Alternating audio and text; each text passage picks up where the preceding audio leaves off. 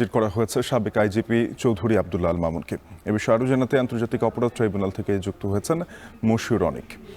অনেক সাবেক এই আইজিপি আজও মানবতাবিরোধী মামলায় সাক্ষ্য দেবেন কিনা জানাবেন।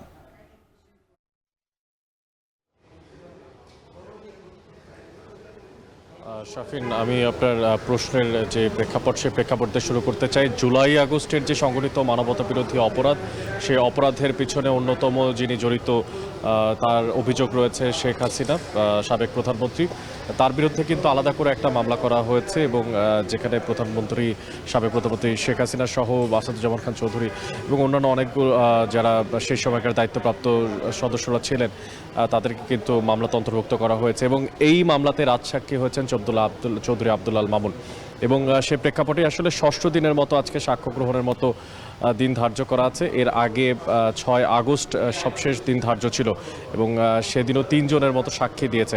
একটু জানিয়ে রাখতে চাই যে রাজবন্দির কথা বলে যে চৌধুরী আব্দুল্লাহ আল মামুন আজকে আদালতে সাক্ষী দেবেন কিনা, ট্রাইব্যুনালে সাক্ষী দেবেন কিনা, সেই ব্যাপারে এখন পর্যন্ত কোনো তথ্য নিশ্চিত হওয়া যায়নি। তবে নতুন করে আজকে আরও 3 জনের সাক্ষী দেওয়ার কথা রয়েছে শেখ হাসিনা মামলা। যদিও সকাল থেকে একটা ধারণা ছিল যে আজকের এই মামলাতে সাক্ষ্য গ্রহণ অনুষ্ঠিত হবে কি হবে না, সে নিয়েও একটা কিন্তু দ্বিপাক্ষিকতা ছিল, কারণ বেশ অনেকটা সময় কিন্তু অতিবাহিত হয়ে গিয়েছিল। এখন পর্যন্ত 5 জন এই মামলা সাক্ষী দিয়েছে। শেখ হাসিনার যে মানবতাবিরোধী অপরাধ তার বিরুদ্ধে যেই ট্রাইব্যুনালের মামলা, সেই মামলাতে, এবং আজকে আরও 3 জন, সেই হিসাব করলে প্রায় 8 জনের মতো সাক্ষী আজকের শেষ পর্যন্ত হয়ে যাওয়ার কথা। আরও একটু জানিয়ে রাখতে চাই শাফিন, যে আজকের এই মামলাতে আজকের এই দিনে আরও বেশ কয়েকটা মামলার কথাও কিন্তু আমরা জানতে পেরেছি। যেমন রামপুরার যেই কার্নিশে ঝুলে থাকা ব্যক্তিকে যে পুলিশে আইনশৃঙ্খলা বাহিনীর সদস্যরা গুলি করেছিলেন, সেই মামলারও কিন্তু আজকে চার্জ ফ্রেমিকের পরের দিন ধার্য হয়ে রয়েছে। এবং এছাড়াও আজকে তদন্ত প্রতিবেদন জমা দেওয়ার কথা রয়েছে যাত্রাবাড়ি, মোহাম্মদপুর এবং কোনাবাড়ির 3টা আলাদা ভিন্ন মামলা। এবং সেই মামলাগুলোতেই এখন পর্যন্ত ট্রাইব্যুনালে হাজির করা হয়েছে প্রায় 15 জন আসামিকে এবং বেশ কয়েকজন সেখানে পলাতক তো রয়েছেনই।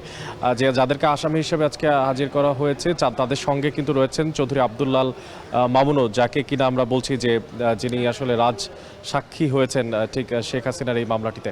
আরও একটু জানিয়ে রাখতে চাই, শেখ হাসিনা পলায়ন করার পরে তিনি দেশের বাইরে থেকে বিভিন্ন সময় বিভিন্ন ধরনের কথা বলেছেন এবং সেই বিষয়েও কিন্তু ট্রাইব্যুনাল থেকে এক ধরনের নিষেধাজ্ঞা দেওয়া হয়েছিল।